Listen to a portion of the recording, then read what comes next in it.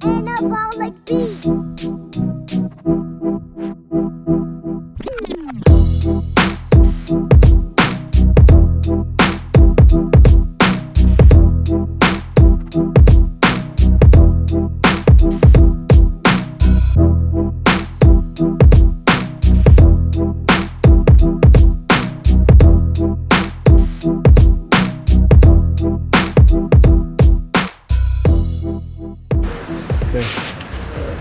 What are your jiu-jitsu goals for 2023? 2023, don't get injured. Yeah, stay injury free. Obviously this competition is the first one. It's focusing on sub-kings. And then, yeah, I mean there's talk, depending on how life progresses through the year, but of going to ADCC in Poland and towards the end of the year. And also World Masters if we can. Everything's kind of debatable, and then just keep doing local competitions whenever it's possible and your body allows you to do it and you're strong and fit, and just keep on going on.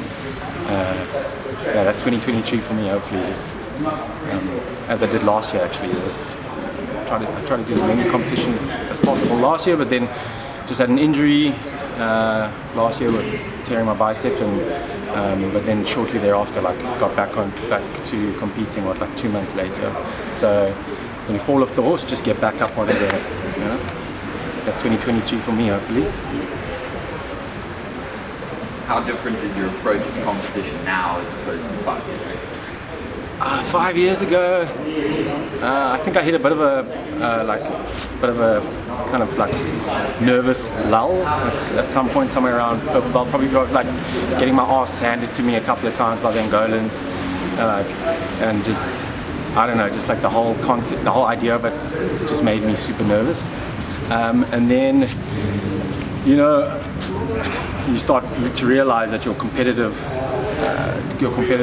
lifespan runs out, and you realize that if you don't compete now, win or lose, you're losing out ultimately. So I used to get super worked up about it, super paranoid about it, and now I just kind of approach it as though it's a privilege. It's something that I'm lucky to be able to do. I've got the strength, the power, the ability, the skills to be able to do it, and so yeah, now I just approach it in a lot more of embracing.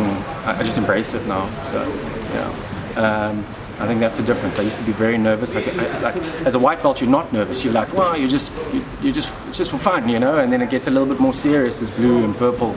And then somewhere around purple belt, you get hyper nervous. You start getting worried about all these tools that the other guy has, and then you know that kind of scares you away or can scare you away. But yeah, now mature. Brown belt, and I just embrace it. Now I embrace it. Yeah. Okay, how would you describe the evolution of your jiu-jitsu from day one? Yeah, I don't know.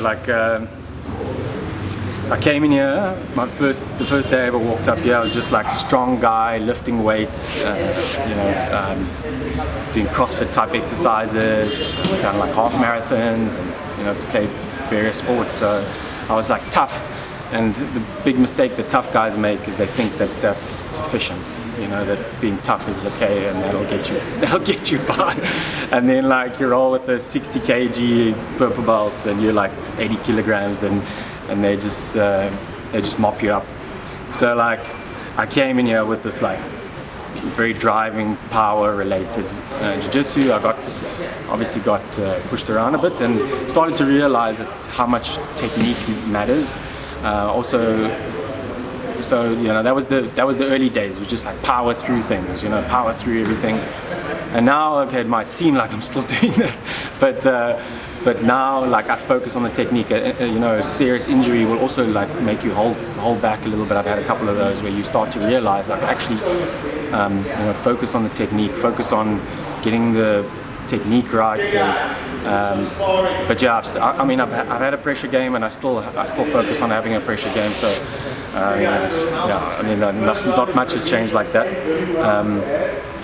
Yeah, that's I guess that's the difference between me, is I'm just a little bit more technical with the pressure. And a ball like B.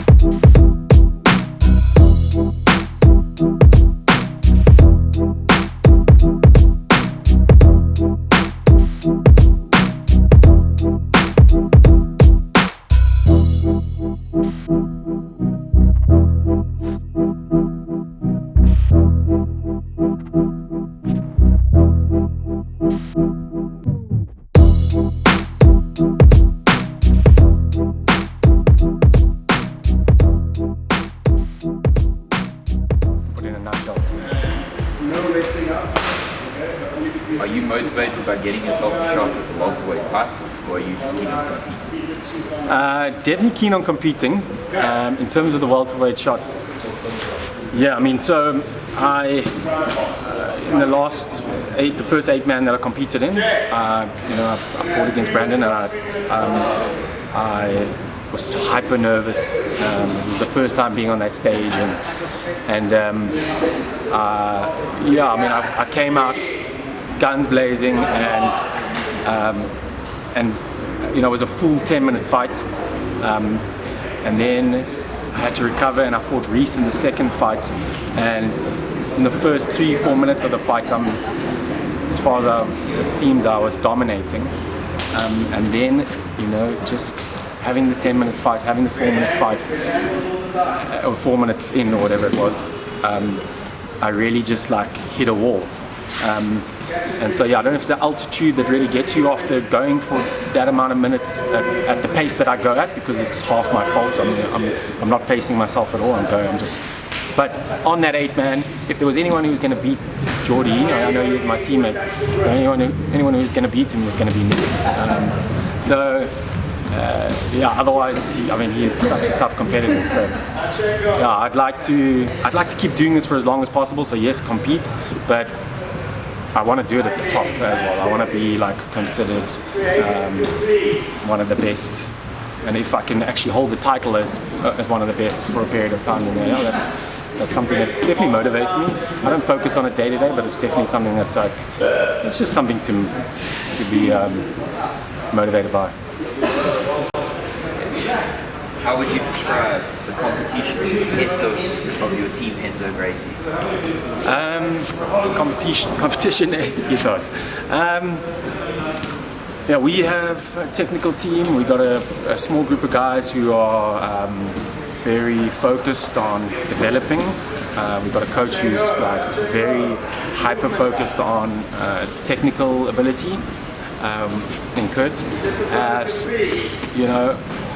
We want to compete. We want to be recognized as being, reputable in this country as having one of the best competition teams. There are young guys within our team that are coming up now that are very dangerous as blue and purple belts that even me as a brown belt I'm struggling with, and that just says something about the level. I mean, a blue belt me could never fight the blue belts that we have now. The level is up.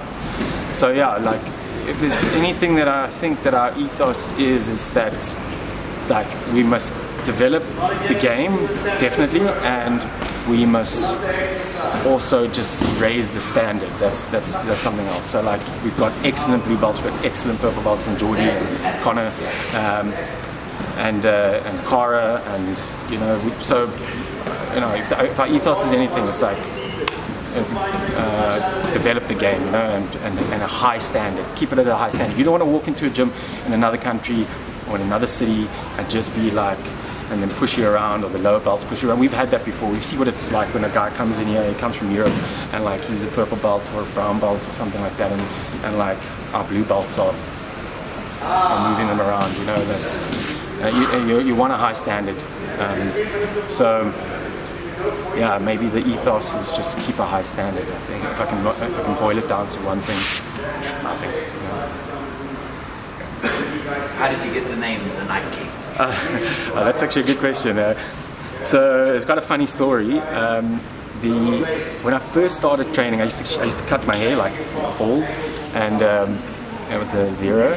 And I used to do this as a kid, and people would often like call me Powder from the movie Powder. And so there was a bunch of Angolans who used to train with us here, Kiko and Leo, and they came up with the nickname White Powder, which is fine, it's cool, you know, everybody laughs at it, but it sounded like they were saying white power from the side of the mats, and that's not cool. So that kind of like tapered off, and like it's actually a similar focus, the fact that I'm so fair, you know, skin. Another one of our teammates came up when, you know, Game of Thrones became popular as like, I'm the Night King, so yeah, that's how it is. And so Carl started it, and everybody kind of like, it just came up in the first Sub Kings competition, and it's kind of stuck with since then. I'm embracing it. It's funny, you know, it's cool, and maybe like the reality is like my jiu-jitsu can be a little bit evil at times. So like, you know, just my style of very dominant, like top pressure, and so like, yeah, there goes along. I'm not like it's not like a fairy name, you know. That's a tough name. So yeah, it's cool. It's funny. I'm embracing it. Okay, your next opponent is Dylan Carrera-Miguel. He's been on quite the run lately with competing quite often. What do you make of him as an opponent? I've got so much love and respect for Dills. I mean, the pool of, you know, good competitors in this country is limited. So like in the last quintet team, he was in my team, and you know, Dill, such a gentleman. He's like, you know, he knows that I've flown up there for the quintet team, and he's got no interest in like stepping up before me. He's like, you do it. You know, you've come from Cape Town, you compete. So I went third, and he didn't even get a chance to fight. You know, so like that just shows you the kind of character he is. Dill's such a nice guy. So I do respect him. I've known him since he was a white belt, and he's always been exciting to watch. He's like, he lives the life of jiu-jitsu, fitness, health, wellness, coaching, developing the younger, or the lower belts and the younger guys. Like, so yeah, I've got a lot of respect for him. He has got some dangerous moves from some awkward places that just come out of nowhere, so you have to be careful of that. I mean, it's been maybe 2 years since I rolled with him, maybe a year and a half, 2 years, so you don't even know. I mean, we've had guys like, Jordy went to the States and went to Austin, came back, and it's like a different person, you know. So if you don't see someone for a year, it's not like where you were before. So I have no idea what, you know, he's been focusing on with his team. But yeah, I've got a lot of respect for him. It's tough to get a rival match now, you know, with the small pool that we got and the amount of limited amount of guys who could be competing or aren't competing, which would, you know, change the face of South African Jiu-Jitsu if like more guys embraced it. But you know, Dill's the brave one, so I mean, he wants to fight the Night King. I mean, so yeah. So like, yeah, I got a lot of respect for him, and I know the things he can do. I mean, he is resilient. He's like one of those guys similar to Reese. Like, a submission's not going to cut it. You know, you have to like really make sure that it's a submission in order to win against them. So you can't hold back. Yeah.